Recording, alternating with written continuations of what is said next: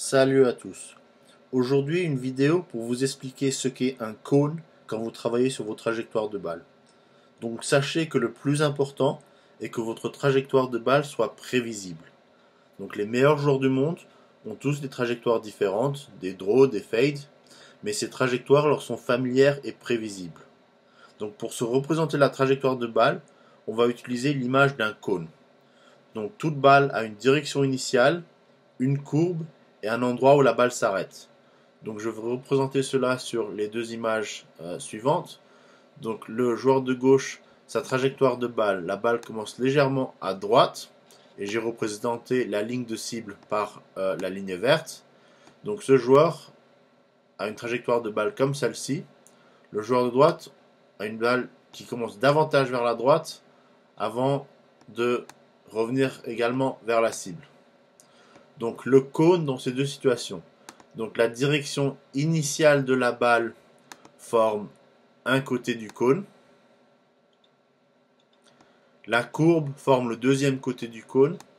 Ensuite, de là où la balle finit, on revient vers la position initiale, le troisième côté du cône. Sur l'image de droite, la direction initiale, le premier côté du cône. La courbe, le deuxième côté du cône. Et on revient vers la balle, le troisième côté du cône. Donc, le plus la direction initiale et la courbe sont similaires d'un coup à l'autre, le plus on peut dire que le joueur contrôle sa trajectoire de balle. Donc, dans l'image de gauche, on voit que le cône est plus petit que dans l'image de droite.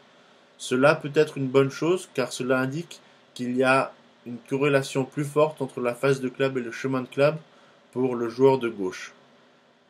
Mais il est très important de se souvenir que le plus important est que la trajectoire soit prévisible, donc que le cône soit prévisible. Donc je pense à certains joueurs qui ont des cônes relativement larges, tels que dans l'image de droite, par exemple Bubba Watson ou Kenny Perry. Tant que leur cône soit prévisible, ils n'ont pas de difficulté.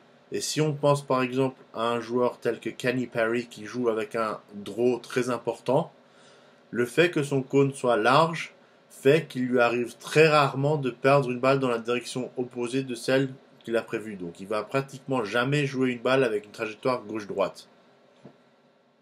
Donc maintenant, quelles sont les trajectoires, quels sont les cônes que l'on veut éviter? Donc j'enlève ces lignes déjà. Donc il est très important que votre cône n'ait pas de coup où la courbe est tellement importante que la balle finisse du côté opposé de la direction initiale du coup.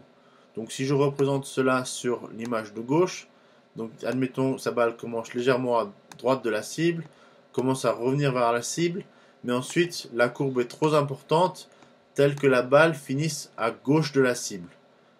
Donc on se retrouve avec un cône qui ressemble à ceci.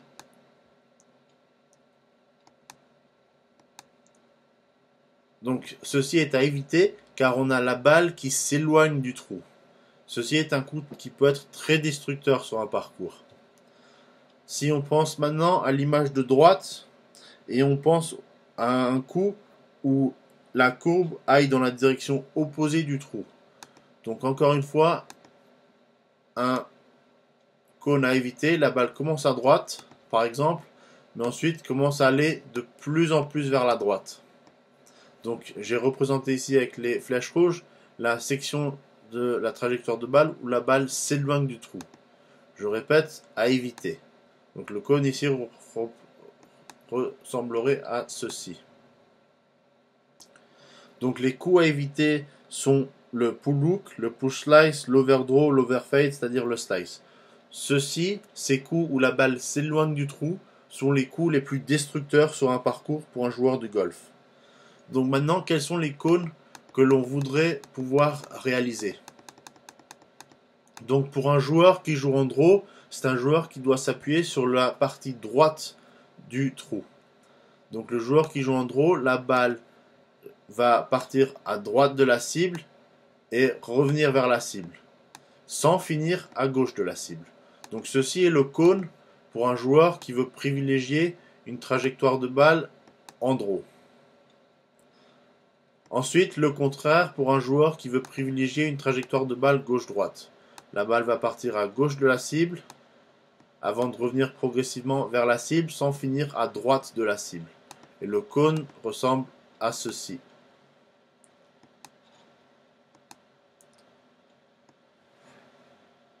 Donc, si vous avez des questions sur ce qu'est le cône, sur vos trajectoires, n'hésitez absolument pas à me contacter. Jouez bien, jouez mieux.